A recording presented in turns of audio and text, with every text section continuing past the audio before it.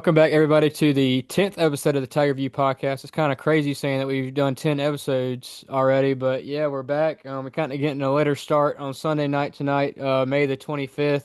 I just got back home from work, but anyways, we're still here doing the podcast, our usual Sunday evening type deal. But yeah, Dawson, we got another week come and going once again. Not as kind of, I guess, busy this week, so it might be a little lighter episode, but kind of just want to go over the schedule like always for the podcast episode. So first, we're gonna jump in to the baseball ACC Championship week in Durham. Got that wrapped up today, and then softball.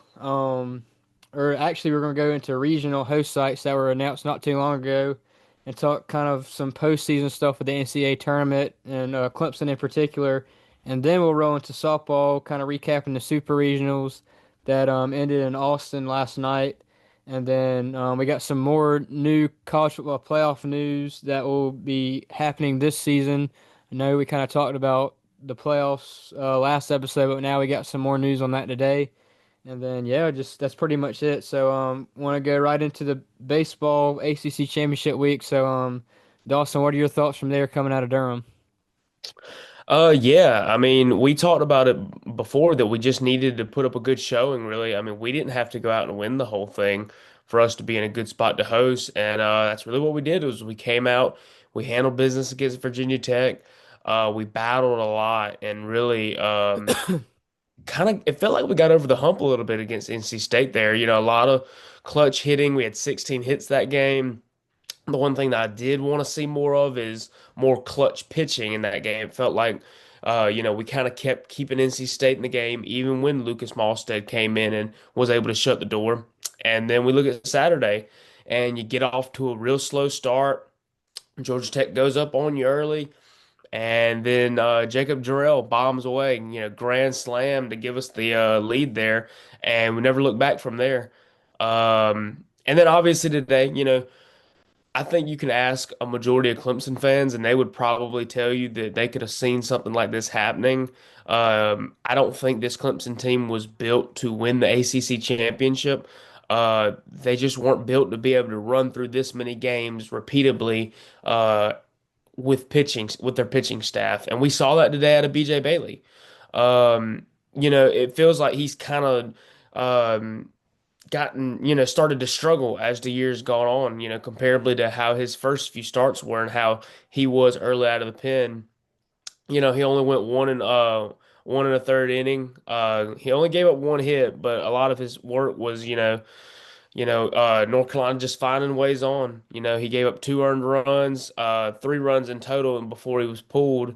And really, that was kind of the story of the day was the bullpen just, couldn't get it done. And I hear a lot of people asking, they ask why didn't Aiden Canuck start today? And I have to tell people, look, this was not a must-win game today. As much as we want to think about it, it was not a must-win game. And if you can get Aiden Canuck fully rested, a good weeks-long rest before the tournament for the regional this weekend, you're going to do that no matter, what you have to do. That's going to be your priority is the regional. Yeah, just kind of want to recap real quick all the scores from Durham in case people weren't kind of paying closely attention to it. So, game one, Tigers play Virginia Tech, ends up winning 6-1, and then that game two against NC State, real good game. Tigers end up winning that one 7-6, and then the Georgia Tech game you kind of touched on, Dawson. Tigers end up winning that one 9-4 in the semifinals. And then ultimately taking on North Carolina today, where it kind of wasn't a pretty show, but still, we kind of talked on last week just our thoughts of how the tournament would go. And I mean, I think it pretty much went how we talked about. I mean, if you get past Virginia Tech, you got a rematch with NC State, who gave us a heck of a time in Raleigh, ended up sweeping us. Um, and then they end up winning, and then going into Georgia Tech, a team we beat earlier in the season in Atlanta. And I mean, they've kind of been riding a hot streak, so it's kind of a different Georgia Tech team we faced earlier in the season. End up winning that, and then ultimately playing North Carolina, who ends up knocking off Florida State. I thought we might have seen Florida State again in the ACC championship game, but that wasn't the case. And then, yeah, what we seen today in the championship game ended up losing 14-4. But yeah, kind of just want to touch back on people wondering why maybe Aiden Canuck didn't start. Kind of want to shout out Dalton Hallman on Twitter.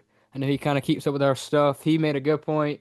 He was just basically saying that it's not smart to start Aiden Canuck because I mean we got regionals coming up, and you don't want to bring him back out there in the ACC championship game and maybe even risk hurting him coming back maybe a little bit too early than he's usually used to. So I think it was a good call not to start Aiden Canuck. Obviously, we got regionals coming up, and I mean you do want to win the ACC, but at the end of the day, which trophy is more important, the ACC championship or the national championship in Omaha here in a couple weeks? So yeah, that's my thoughts with it. Yeah, I agree. And really, what we wanted to see from this week was our hitting start to get hot, and it felt like Cam Cannarella was really pressing the matter. Really played well. He's got his average up to 339 as of today, and we haven't talked about him tonight, but I feel like fans are getting a little taste of him. How about TP Wentworth making plays out there in right field, hitting the ball? I mean, he is everything that probably Coach Bakich and the staff wanted him to be at this point in time. Yeah, that's your boy TP Wentworth. You've definitely bought some stock in him this season. You started from the beginning until up to now. I mean, he's getting hot at the right time, and he's filling in that spot in the outfield. And I mean, Coach Bakich talked about it early in the season whenever we were there covering in person in those post-game press conferences that he's going to be a special player, and he's really showing it now at the right time too. I would also like to say another guy who I was reading this, because we when we talk about Colin Priest, we think that he struggled a lot this year. A lot of bad at bats, a lot of strikeouts. But as of right now, he's hitting 253. He's got 12 home runs, and his slugging percentage is over 500. It's 505 right now. And I saw a number I think put out last week. It's probably changed since then. That since ACC play started, he was batting like 275, 280, and I'm like, okay, if Colin Priest can kind of get some stuff figured out, I think you had a really good ball player in him. People forget he's still young, and making the adjustment from seeing arms that you would see at Michigan to seeing arms now that you'll see at Clemson. It's a game change. It's really different. And early on in the year, when he wasn't getting a ton of at bats, it's hard to get in a rhythm. But really, it's felt like now that he's able to see guys is he can build on this momentum that he's kind of gained these last couple of weeks and carry that into the offseason, or even, hey, be a star in the regional when we need somebody to step up with runners on and we need a big home run, just like against Georgia Tech Saturday. Yeah, speaking of that, how about that mammoth of the home run he hit right center? I mean, once that thing came off the bat, I mean, you even heard it on the announcer on the TV. I mean, man, that one was really rocketed out there in right center. And I mean, just another instance of getting hot at the right time. I mean, you got postseason ball coming up. You never know what that comes into fold. And I mean, you definitely want to be swinging a hot bat right now. So definitely a good thing for Colin Priest. And I'm also touching back on Cam, getting his average up some more, and then he's also extending his on base or is it hitting streak or on base streak? He's got both, Both, but I believe, yeah, yeah. both. But he's extended that hitting streak to was it now 16, 17 games if I'm right, It it's something might like be that. more. It's around there. Yeah, I Yeah, wish we had the number pulled up in front of us, but yeah. But I know the on base streak it's pretty high up there, but definitely something you like seeing out of Cam too. I know he's kind of had a kind of rocky. I wouldn't say rocky, kind of a up and down season, but I mean, right guys are getting hot at the right time. No doubt about that. hmm. And let me see if I can actually see. I've got the cam thing pulled up right here. I can't find it. Never mind, never mind. But yeah, he did have one hit today. So Colin Priest had two hits. And one thing I do want to mention is pro might not be popular to say, but Justin LeGurnick, 2.5 innings, or two and two-thirds innings, one hit, no earned runs today. I mean, hey, guy like that, you might need him. You might need him, especially with the depth problems we got. And we saw Talon Bell the other day. He wasn't perfect, but he didn't look bad. I mean, that's another guy that Clemson's probably gonna really need in this regional. And I believe, like I told someone else, that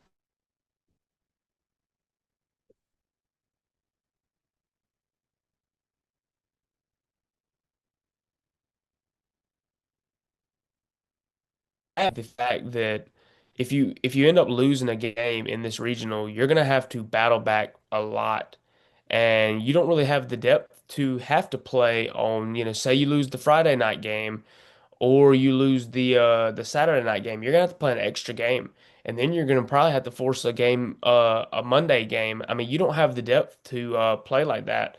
But as long as you can stay in the winners bracket, I do feel like Clemson has a good chance to advance, whoever they're playing. Yeah, we'll find out who we host tomorrow. Like we were kind of talking about last week. I think now even seeing how Clemson got beat today in the ACC championship game, I think we might get a sneaky SEC team in there, and then a sneaky, gritty lower level team, then another whatever team they might throw at us. But I think we're definitely going to get a SEC team in there, and then one of those really gritty smaller teams that you always have to watch out for. So I mean. Like we were talking about, I mean, all last week, all this week, I think that's going to be the case coming in once we figure out who we're hosting tomorrow. Yeah, and obviously, I don't really think it was a big surprise that we got the host. That wasn't really any surprise to me. What I am kind of worried about, and I guess we'll get into it whenever we start talking about the tournament and where teams are, is like you said. I mean, I'm just if there's a team like a Tennessee in 2023 that slides into our regional, and we have to go down the stretch with them. We don't have to say we don't have Aiden Canuck and maybe Talon or um, whoever we throw out there. Maybe he only gives us 3 or 4 innings, but we're staying in the game.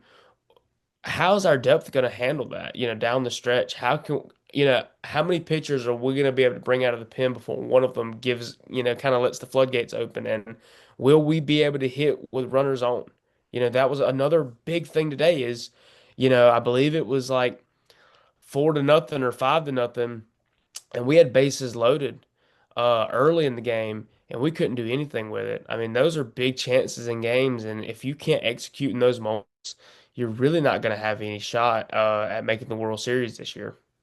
Yeah, we've touched on that time and time again, and I just feel like I keep saying it's like a broken record player. You keep mentioning it and bringing it up, but now's the time where you got to let those problems go away, and you actually got to execute. Because if you don't, guess where you're gonna be? You're gonna be sitting on the couch while watching somebody else playing in a super regional if we don't make it, and ultimately somebody else playing in Omaha. So now's the time to fix that problem and actually go and do it and execute it. Yeah, definitely, definitely. Someone else I kind of do want to touch on real quick, coming out of the pen, Jacob McGovern. He pitched against Virginia Tech after Canuck pitched 6 innings. McGovern comes in, pitches 2 innings, no hits given up, no runs given up, only one walk and 3 strikeouts. So McGovern coming out of the pen, he's been solid, he's been reliable, he's been throwing solid innings. No hit ball, no run ball. You definitely don't want that to happen, giving up runs. But yeah, how about a little shout out to Jacob McGovern being a really reliable source out of the pen, and I mean that's not something that he's new to. I mean, we've seen that before. So, yeah, just definitely wanting to shout out Jacob McGovern there too with his lefty arm. Yeah, he's been really good all year, and especially coming off injury. Um, his numbers are fine. He's at 3.4 ERA, 3-1 or 18 appearances. The biggest thing about him is because he doesn't have a lot of velo on his on any of his stuff.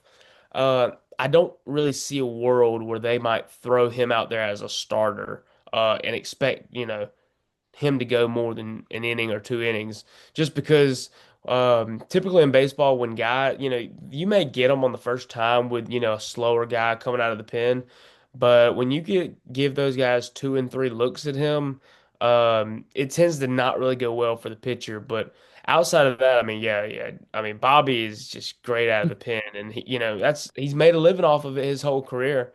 And funny enough, I had somebody tell me the other day that I'm not going to say any the names or who they were referencing, but they pointed out that there were multiple guys that they see that are maybe in college right now or in high school ranks that would quote unquote absolutely start over Jacob McGovern. And I'm watching the Georgia Tech game and I'm like, no.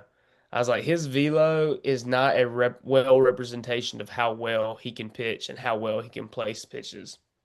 Yeah, I couldn't agree more with you about him being a starter. I really don't see him being in that role anymore. I know we've seen him be a starter, but I think he's kind of found his bread and butter coming out of the pen. Definitely. And I'm also looking at a couple of these pitching numbers. I'm gonna give you three guesses to say who has the lowest ERA. And I know ERA is very subjective in today's game of baseball, but don't look, don't look, don't look. I'm gonna make you guess this. Who All would right. you say has the lowest ERA on the team right now? Like out It's of all really the pitchers, like not just like all every pitcher, like not all starter, not registered, reliever. all registered pitchers. Yeah, all relievers as well. I'm not counting Tristan Bassetta. They've got him on here, but I'm not counting him. But it's very close. Um, well, I mean, I got to go. Is it Mostad? No. Oh, he's a little up right now. Um, is it? Man, can I get a hint? Is it a starter or a reliever? It's not a starter. Yeah, I Okay, mean it's we've not a only got starter. one true starter right now who's Oh even on. yeah. Is it Garris? It is Reed Garris. Yeah. 1.33 ERA with 17 appearances. Now, I know he's missed some time, so obviously he does have a little bit of, but I'm going to give him the benefit of the doubt here. Reed Garris is a phenomenal pitcher, and the sooner we get him back, the sooner we will all be happy. But he has pitched 27 innings, but him and Ethan Darden, when we can bring those two guys back, I will start to feel a little bit better about our pitching depth. Yeah, definitely want to get Reed Garris back. I mean, just such a reliable guy out of the pen. I mean, we've kind of felt that with him not being there, but yeah, if it wasn't Mostad, I knew it would probably be Reed Garris. Funny enough, Joe Allen's actually number two on the list Yeah, with I was kind of inching towards Joe Allen, but I was Joe's like, it's got got to be 22 Garris. appearances. That kind of, I mean, I didn't really realize that, huh? All right, so anything else you want to touch on ACC tournament wise? I do not. I think we hit that perfectly. Perfect. So now we're gonna kind of close the book on Durham because that's over with now, and we have basically a new season, so to speak, coming up. So the NCAA tournament, like I said, we'll figure out the whole bracket tomorrow. Do you know what time that is, Dawson? The bracket I believe it's release? 12. I believe it's Okay, 12. that sounds right. But we did get our regional hosts, so no seeds yet, just hosts. So we got Georgia hosting, Auburn hosting, Texas, LSU, North Carolina, Clemson, Coastal Carolina, Oregon State, Oregon, Arkansas, Southern Miss, Tennessee, UCLA, Vanderbilt, Ole Miss, and Florida State. So those are your hosts for the regionals coming up. So yeah, just what are your thoughts, Dawson, on these hosts that got named not too long ago this evening? Um, I think they missed on Georgia Tech. I really thought they were going to get in. I really did, but I guess their performance against us yesterday and combined with, they're really, to be honest, there was really not a huge difference in the ACC. The gap between 1 and 5 was like a game difference. So there was really no clear conference standout there outside of, FSU, North Carolina, who both got the benefit of the doubt, and did FSU? Yeah, they did get it. Yeah, okay. I'm looking at the same thing. I'm struggling to find Tallahassee, but yeah, I'm really not surprised at the teams that are hosting. One thing that someone pointed out to me was Florida will be on the road somewhere, and that might be a little concerning tomorrow at 12 whenever they start reading out the brackets. Um, Conway, I've got a really good feeling NC State's on there gonna be packing their bags and driving down to Conway this upcoming weekend. Um, Outside of that, I really can't disagree with a lot of the picks. Now, honestly, or obviously I haven't followed every one of these teams very closely, but nothing really jumps out to me as what I mean, one thing is the SEC, I believe they got 8 out of the 16, which is a little bit of a high number, but that's just how things are. The overrepresentation of the SEC will always exist in every sport. And not to say that they aren't the best conference, because I believe they are. But, when you start stacking every one of their teams into host and you start throwing all of their teams into regionals, yeah, you're going to get a few of these teams in the World Series every single year, just like in men's college basketball. If you put, a large port, if you put 15 SEC teams into the tournament, sure, you're you're going to have three or four of them come down the stretch. So I mean, that's just kind of the natural order of things, and from what I'm reading, it looks like it's going to be the exact same way tomorrow when we find out the brackets at 12 o'clock. Yeah, I mean, you know the SEC was going to get their handful of regional host picks, and you even think back from last year, kind of what you were mentioning, Dawson. Last year it was a basically a SEC versus ACC College World Series. So, I don't know, maybe we'll get that again. Who knows? I mean, it's baseball; anything can happen. But yeah, I was kind of agreeing with you. Maybe Georgia Tech getting a host spot. But like you were saying, with their loss to us, maybe that kind of knocked them out of contention for that. But other than that, I do think the committee got all the regional host sites right. And with us, you kind of talk on Florida, and it kind of gives me a little bit of deja vu from last year. But I wouldn't be surprised if Florida gets thrown in there. Another team I've kind of seen is Kentucky. That's one I've really seen a bunch in the past couple of weeks or so. And I've also seen kind of like UCLA or whatever, but they're hosting now. But yeah, I know I just got a feeling we're gonna get a SEC team. I mean, I feel like it's only a matter of a time until the I'm losing my train of thought until the regionals get announced. But yeah, I think we're gonna be having to prepare for a SEC team coming to the old DKS.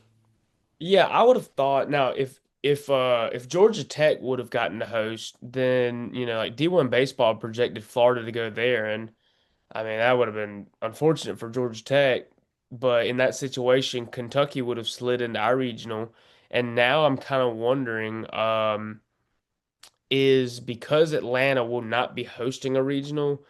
Now, will they move Florida into the next available spot, which is would be our regional? That would be the one thing that I'm concerned about because D1 baseball, as of yesterday, our projected regional was us at one, UCLA, Kentucky, and Bryant.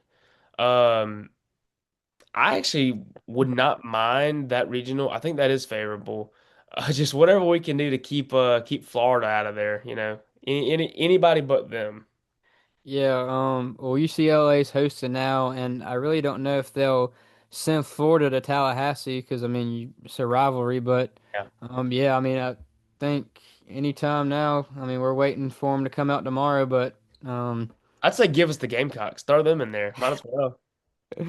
yeah, I mean you could do that, but do you kind of want to go over that tournament resume comparison that we were kind of talking about before we started filming? I Yeah, know yeah. you were big on that, and I mean that's some pretty good stuff right there from what you sent me. Yeah, and to look at a couple other of these teams, because still we don't know where we land yet. We just know that we're hosting a regional. We're gonna let me pull up RPI right here, which is a major factor in how the committee selects teams. Clemson's RPI number 8, Coastal's RPI, who many were projecting that we would fall into their regional a couple of weeks ago.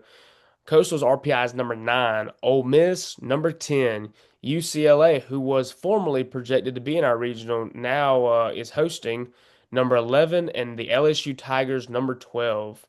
And then let's look at versus the top 100 ranked teams.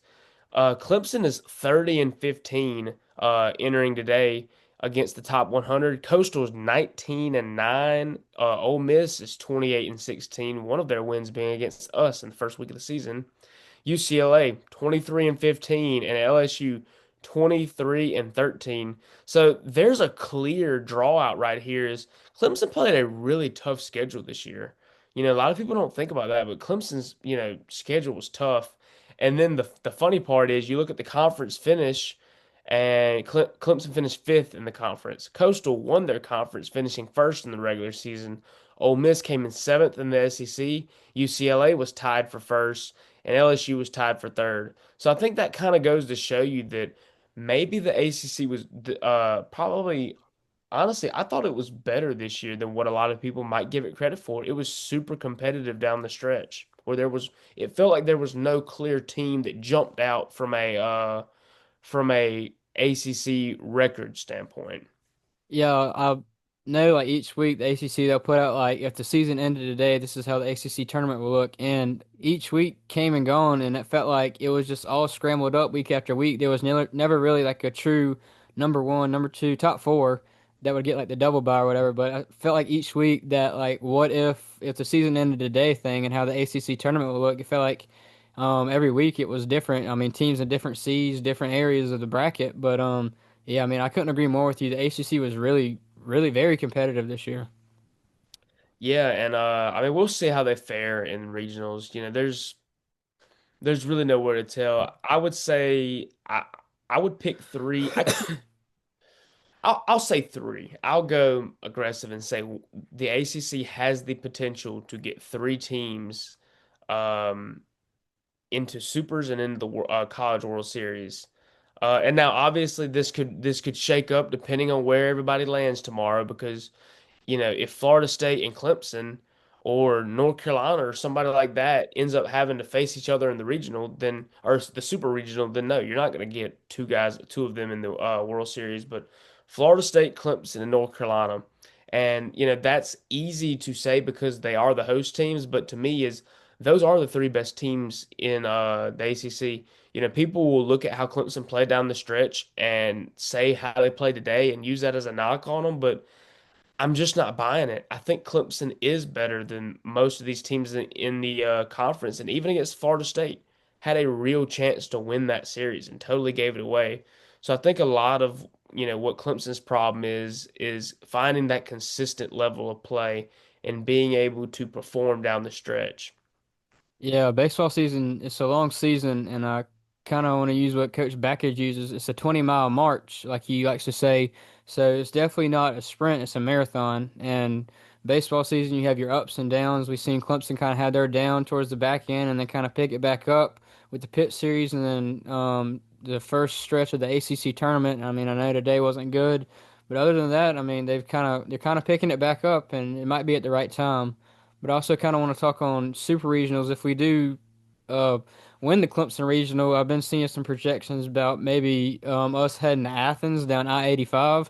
So just definitely something to keep in touch there. I know last year um, Florida ended up beating, was it Oklahoma State? Yeah, Florida ended up beating Oklahoma State, and Oklahoma State was the regional host. So ultimately, we ended up hosting the Super Regional. But I think this year, if we do win the Clemson Regional, bearing, I mean, anything happens drastically, there's a chance we might have to go down to Athens to play to get to Omaha. So yeah, just what are your thoughts with that, Dawson?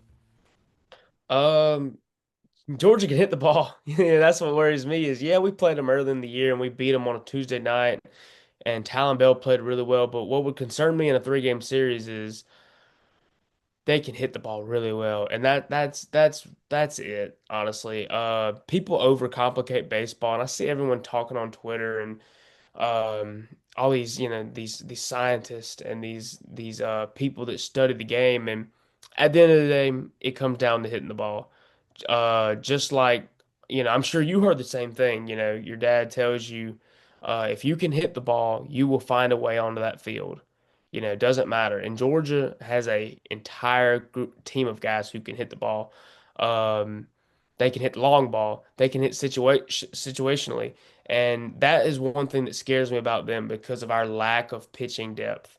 And now I stated before, and I might have said it earlier on here, I really can't remember.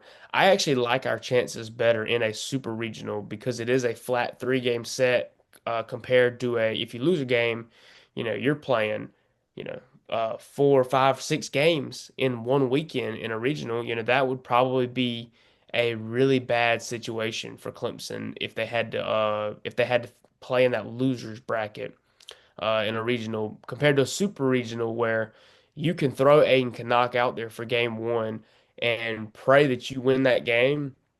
And Aiden Canuck's 9-1 by the way too. So he's been really efficient this year and he's won a lot of games. So if you can take care of that game one, you go all in on game two. So you're only playing three games. All you gotta do is win two of them. So I actually like the way that the Super Regional is set up for us compared to what a regional would look like for us. Yeah, I feel like in a regional, uh, you run the risk of losing the game, and now you're kind of in a scramble to get back over to the winning side, and then you would ultimately have to beat somebody twice. And I mean, I know with Clemson, I definitely don't want that to be the case because, like you're saying, with pitching depth, I mean, it's kind of bare right now. In pitching depth, I mean, that's really gonna do you in if you go into the losers bracket and kind of have to work yourself up. But I do like how the Super Regional is. It's just a standard three-game series, best two out of three. You don't have to worry about anything else. Just three games, maybe two. But yeah, I mean, we'll see. I mean, with Clemson in their regional, they got to stick it to them, man. They got to really stay in that winners bracket because, like I was saying, whoever comes out of that losers bracket, they have to ultimately beat you twice. And we know just from past history, not even with Clemson, with other college baseball teams, how that usually goes. But yeah, I mean, I couldn't agree with you more on that. There's one team that I am tracking right now. They're coming out of the CAA Northeastern.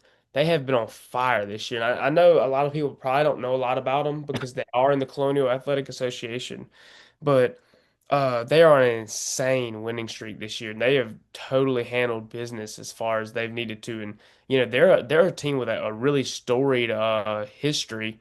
They've made the tournament a couple of times. They've had a lot of success and they're gonna probably be in the tournament come 12 o'clock today. I can't even remember if they punched their ticket today. I'd like to say they did, so that'll probably be that's an automatic bid, of course.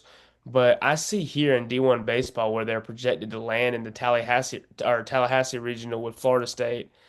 I think they're a nightmare matchup for anybody in that tournament, whoever they're going against. So I would look at Northeastern as a bit of a sleeper team right now to make some noise in the tournament. Yeah, you always have those sneaky teams that, I mean, those sneaky smaller school teams that always can give you a run for your money. Hold on, I'm looking real quick, Dawson with Northeastern. Um, yeah, they didn't end up winning the CAA. They ended up beating UNC Wilmington 9-6 today, so they did win the CAA and get that automatic bid. So yeah, I definitely didn't know about them. I'm glad you brought it up. I mean, I've you been watching always them for a couple of years now. They've always been really good because I follow yeah. Clemson so closely. And Northeastern, man, it feels like there's the Auburn and Charleston side almost every single year in the CAA. Yeah, you never really kind of pay attention to those smaller conferences, but I mean they really do play some good ball in those smaller conferences. I mean gritty ball. I mean talented teams. So yeah, I'll definitely be keeping up with North is it Northeastern, Northwestern, Northeastern, Northeastern, yeah. Northeastern. Now that you mention it, so good stuff right there.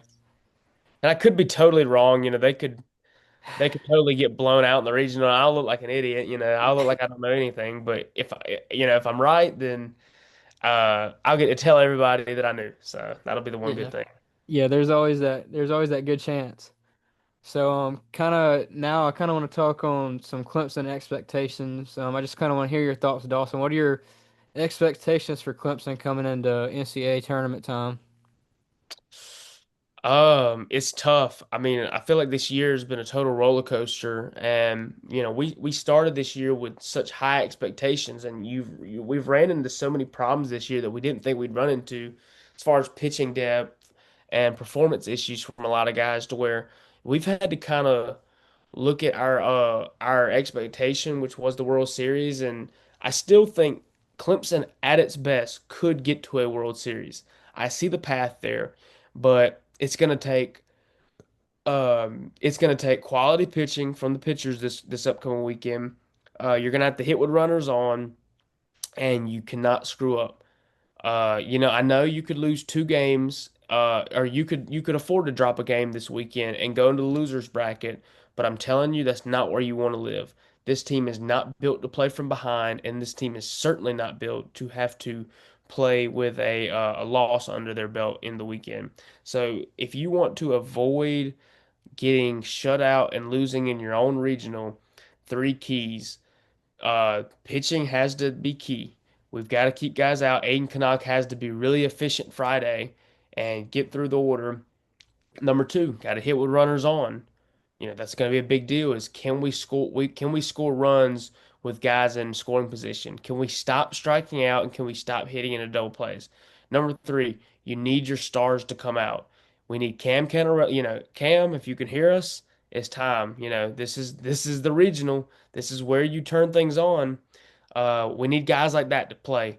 We need this is a big deal. You cannot look at this weekend and overlook any team because frankly, anybody can jump up and nip you in the butt. You wouldn't have any clue about it. So that is my biggest three keys is to take this seriously, take every game seriously, and you might just be going.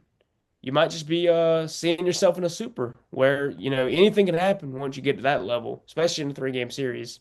Yeah, one thing I am excited about is that the Tigers will be back home in Duck Kingsmore Stadium, and we know what that brings postseason time. We've seen it last year. We see how, and even sometimes this year with the South Carolina game and the Georgia game, you know how electric Duck Kingsmore Stadium can get. And I mean, we both know Clemson plays good at DKS, and that might be what gets you through the regional. But yeah, kind of piggybacking off what you said, Dawson, I don't think this team can afford to kind of get in the losers bracket and try and work their way back because I really don't think that they're built to do it. I mean, they need, if they can, try and stay on that winner's side of the things and just use as little pitching as you can. Aiden Canuck has got to come out and set the tone game one, which we know he will, and I mean we'll just see what we go from there. But I do feel like us being back at DKS where we know the Tigers play good is definitely going to be another key to that. And then once we head off into a super regional, wherever that may be, then we'll go from there and see. But I really do think being back home at DKS really does play a prime factor in Clemson in the regional. Yeah, and just to, real quick hit on, I didn't even say it, you brought it up just now. You're right. Clemson plays really good at home, especially this year. They feed off of that crowd energy, and that's one thing we're gonna need. We're gonna need people to show up every single game. We're gonna need people to be there. They're gonna have to be loud. They're gonna have to be rowdy. I'm sure they're probably already stocking up at the beer garden down there for people. You're gonna have to be people are gonna have to be down there at the bullpens. They're gonna have to be distracting pitchers. But all in good fun to help the Tigers. That's all I gotta say. Yeah, I think the beer garden is finally coming to what it's made for. I think it might go crazy this weekend, so we'll see how it goes. I know we plan on being there this weekend. Barring anything else changes, but yeah, we'll see how it goes. And I know DKS is going to be packed full of Tiger fans and ready to roll. Definitely, definitely. All right, so anything else you want to touch on as far as NCAA tournament stuff coming up? I don't. I am ready to jump into our next topic. Yeah, I definitely am too. So our next topic, Clemson softball, ended up falling to Texas in Austin in the Austin Super Regional, but man, I thought we had it. But I mean, just a great series overall. Great softball series overall. I know it didn't come out with the result that we wanted, but just a great softball series all around from both Texas and Clemson. Yeah, the as good of a season as we had, they had a really good chance to do something really special. And we should not let I don't I want to make this really clear is I don't want to let this loss overshadow the success that this team had and the growth that this team showed. This was a team that early on that people were not even if you would have said postseason, they would have laughed at you. They struggled a lot early on, but they grew, and you saw them play well. You saw freshmen step up. You saw Brooke McCubbin hold it down from the pitching mound. You saw, senior, older players like Alex Brown come alive. But you gotta discuss what happened this weekend. Game one, I couldn't watch it. I mean, that game started at like 11:30. I had to be up early the next morning, so I just had to catch the highlights there. But game two, man, that was you this close, this close. You had runners on second and third, no outs, late in the game, and you could not push a run through. I mean, it felt like I was watching a Clemson baseball game out there. I mean, just over and over and over again. It's just like Texas and Clemson were going back and forth with, you want to win? No,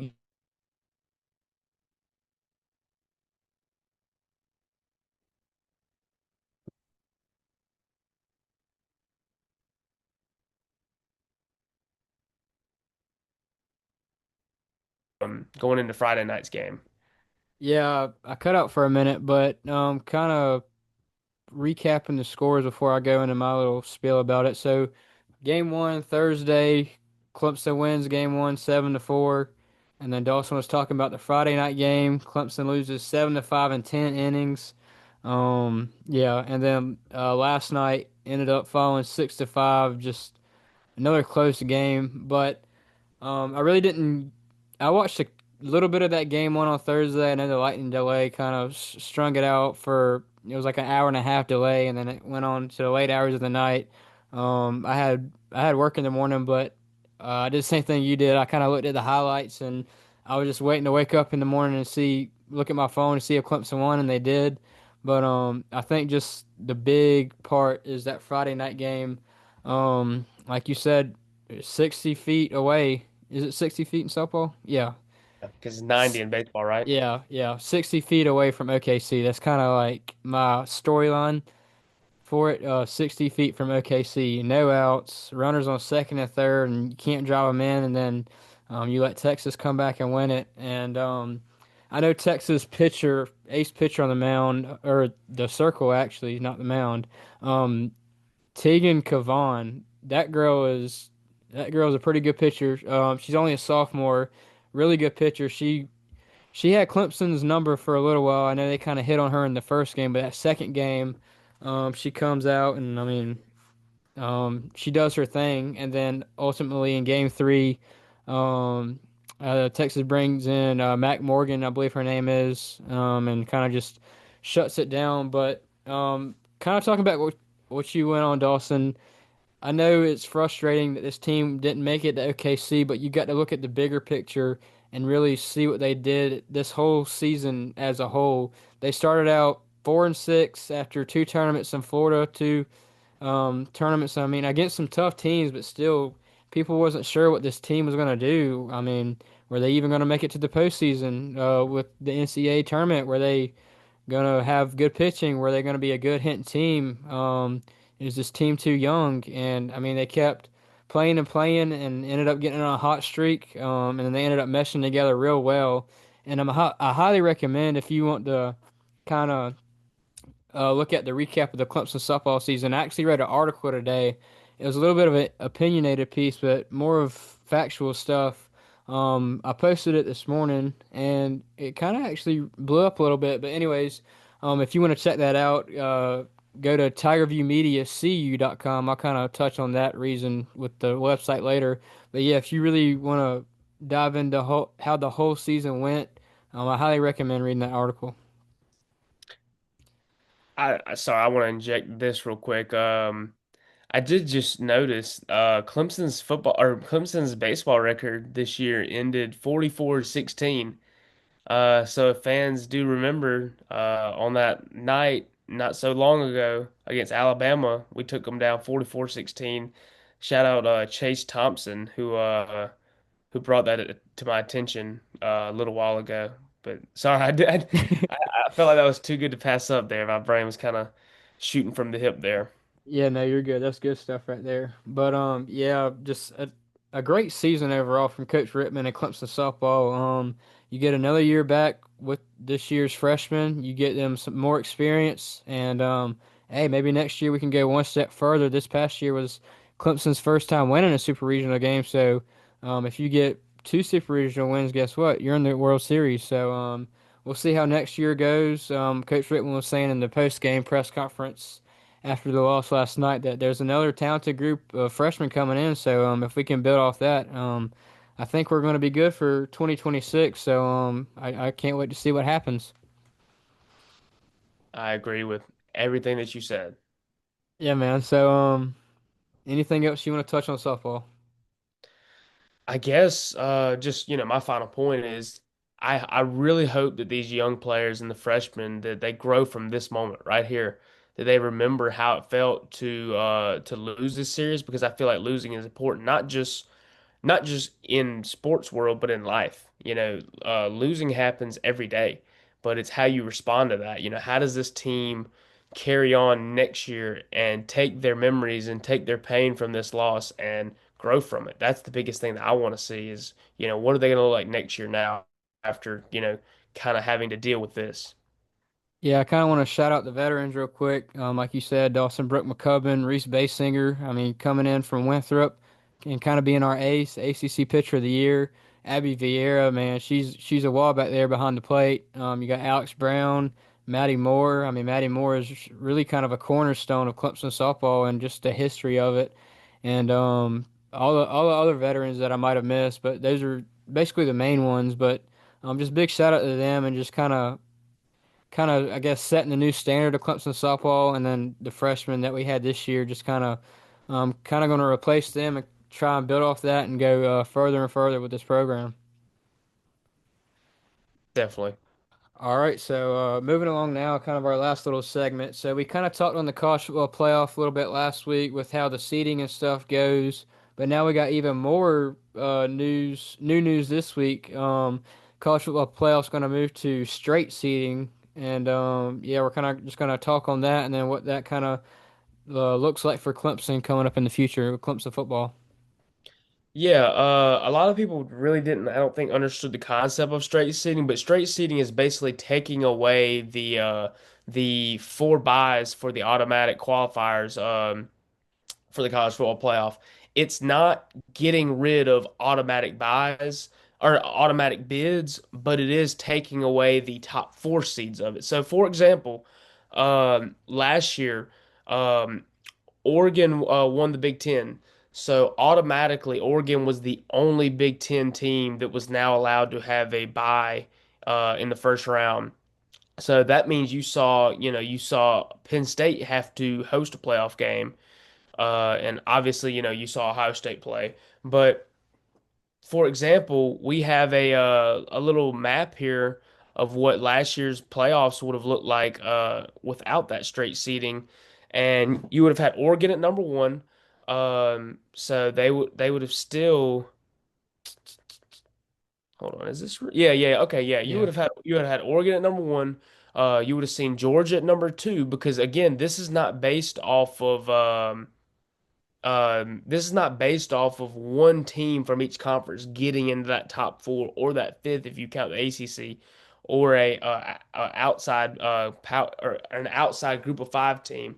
So you will see Texas, who would have came in at number three, they would not have been five because them losing in the conference championship game would not have kicked them out and moved them to the outside seed. They would have still been able to stay at three as that was their ranking going into that and Penn State would have gotten a bye at number four.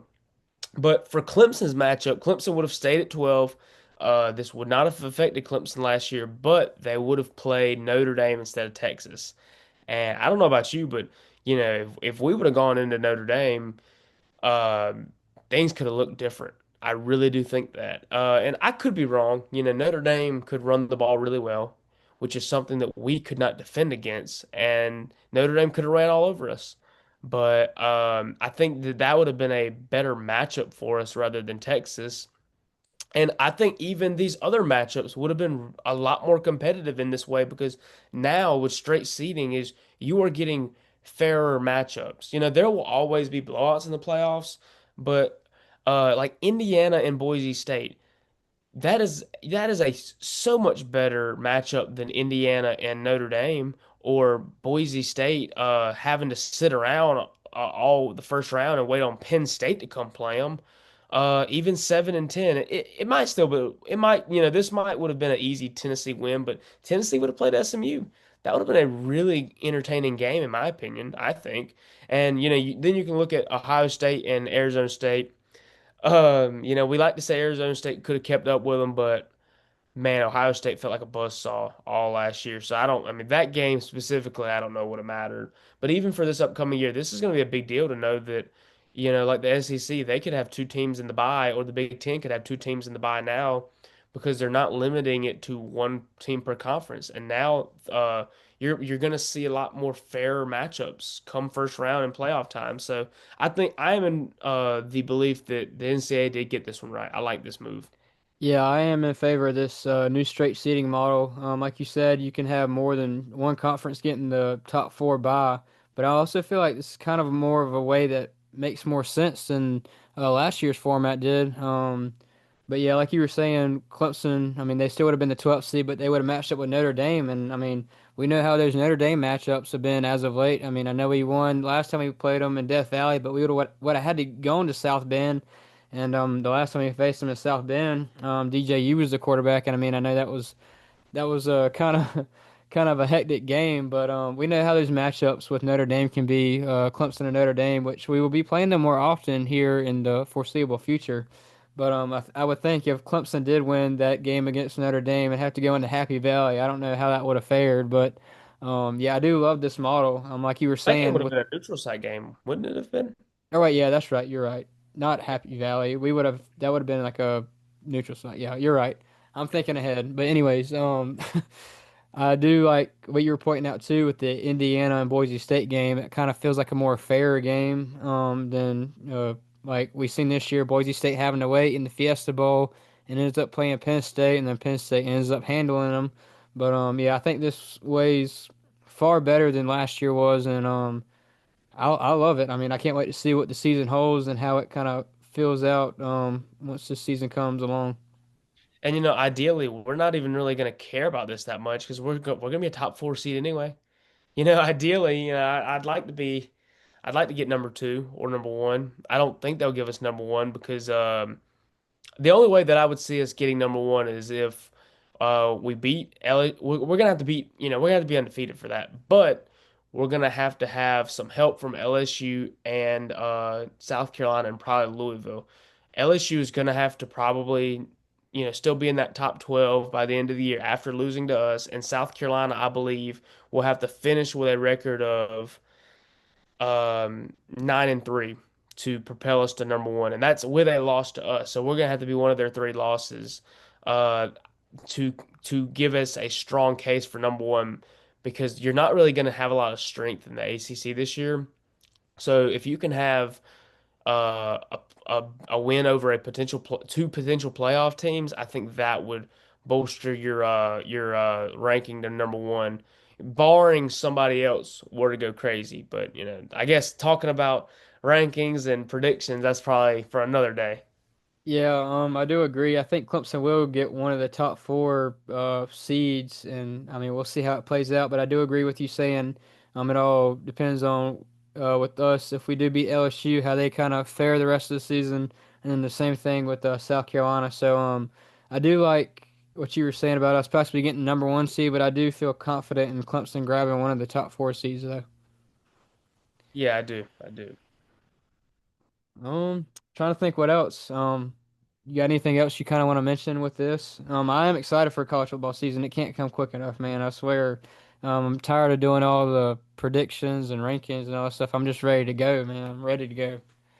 Man, all I can wonder about is, we're really deep in the off season right now, and I'm looking at some of these college football shows that do 24, 365 college football, and I'm like, how do they do it? How do they find new news every day to talk about? Because even for us is, if we get a slow week, uh, I mean, obviously we get to go into detail about baseball right now, but especially when you hit the summer, there's not going to be a ton to talk about. And you're not having practice going on at football. So you're just talking about season expectations. So that's safe to say we're ready for August. I think all of us are ready for August. Yeah, I know. I know softball wrapped up, so kind of really the only thing that's left now is baseball, and then we'll see how far that goes. But kind of just want to circle around back to the college football playoff stuff real quick. I just kind of want to go over the um, just the whole layout of it. I got the schedule up right here. So, the playoff quarterfinals, the Cotton Bowl is going to be on Wednesday, December 31st at 7:30 p.m. on ESPN, and then New Year's Day, 2026, January 1st.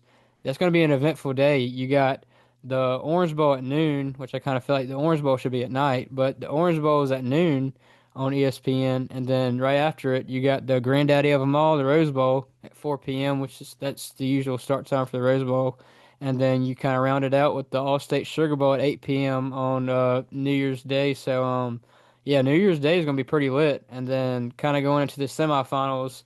January 8th, you got the Fiesta Bowl at 7:30, and then the next day, Friday, you got the Peach Bowl. So the Fiesta Bowl and the Peach Bowl are your semifinals, both at 7:30. And then ultimately, you got the College Football Playoff National Championship game. That will be on Monday, January 19th. I still don't know why they do the National Championship game on a Monday, but that's another topic for another day. But that will be at 7:30 as well. But yeah, that's your college football playoff schedule. I kind of feel like if Clemson does reach the semifinals, you kind of hope we go to the Peach Bowl. It kind of be like a Clemson home game, maybe. Yeah. I didn't even the whole time you're thinking about that, all I'm thinking about is Rose Bowl. Because I don't has Clemson ever even played in a Rose Bowl? I don't. I'm 100% sure, maybe 99% sure that the Rose Bowl game is the only game that Clemson has not played in of the New Year's Six Bowls. Yeah, I didn't want to like say that and sound like an idiot, but in my time watching them, we've never played there, not to my knowledge. But I can just see if we win that, I can see Cade holding that rose in his mouth, just like all of the other quarterbacks do. But that would be a really, but yeah, logically, Chick-fil-A Bowl would be great. We could all drive there pretty easily. Hopefully, get a win there. But man, the Rose Bowl, that would be so cool to get. That would be so cool to play at. Yeah, I kind of wonder what like jersey altercations, if any, if they would do with Clemson. I know some other teams kind of do a little rose, like with Ohio State doing like the rose stripe on the helmet. So I kind of wonder if Clemson would do anything with that. But yeah, man, that would be awesome to see Clemson play in the Rose Bowl game. I'm pretty sure Clemson's never played in the Rose Bowl, but that would be pretty awesome. I've got an idea for, and Clemson, feel free to reach out for me to this. The Clemson has a logo called the like top hat tiger logo where the tiger's, dip in the hat. What about we put the tiger holding a rose in his mouth? That's an idea there. So if we ever play there, and that's the logo Clemson, I expect my royalties to be paid out. Yeah, that would be awesome. Anything with the Rose and the Clemson, anything Clemson related would be awesome. But ultimately, you got to think, which I mean, it probably won't play out this way, but ultimately, if Clemson could get the Orange Bowl and then the Peach Bowl, and then, I mean, if they make it that far in the national championship game, that would be awesome being back there in Miami. But yeah, I'm ready for college football season if you can't tell already. Yeah, I do mean to think reasonably, realistically, it would be the Orange Bowl, right? Because that's the highest. I expect us to be the highest ranked ACC team. So yeah, we will probably be in that Orange Bowl. So guess give us a noon game, I guess. Yeah, we're used to it by now. Yeah, yeah. But yeah, just ready to see what the college football season holds. I know it's bound to be another crazy one. It just seems like it's crazy each year, but really excited for August 30th to come whenever the Tigers play the Tigers in Death Valley, the real Death Valley at that. But yeah, man, that's all I got really. Yeah, me as well. I mean, I guess next time we come on here, we'll find out whether we're probably going to a super regional. We're probably not.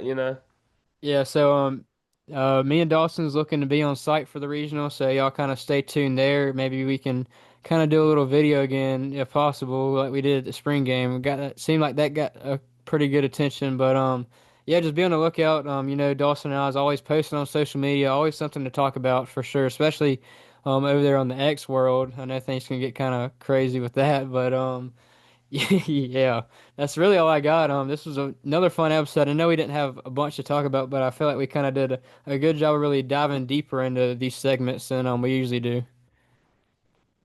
But yeah, Definitely, definitely. I'm excited. This is gonna be a big week in Clemson. I can tell you that. yeah, get DKS rolling. That's what I love to see. All right, well, Dawson, you got anything else to add for this episode? I do not. All right. Well, one more thing I do kind of want to point out. I kind of forgot to do it at the beginning, but Tiger View Media. I know we post all of our articles on social media, so you can kind of just easy click. But we kind of change up our URL and also host site. So now it's still Tiger View Media, but at the end it's CU for Clemson University .com. So tigerviewmediacu.com is our kind of new little website URL, just in case you were wondering. But yeah, just make sure you're keeping up there with the latest Clemson Tiger news, and also Dawson and I's social medias. Make sure you're keeping up with those. But yeah, it's been another fun week, another eventful week. Not as eventful as some weeks, but yeah, I think that'll do it. That'll do it for the 10th episode. 10th episode is crazy. It's crazy we've already done 10 of these episodes. But yeah, let me stop blabbering. I know it's getting kind of late, but yeah, that'll do it. It's been Gavin and Dawson of the Tiger View podcast, and as always, go Tigers.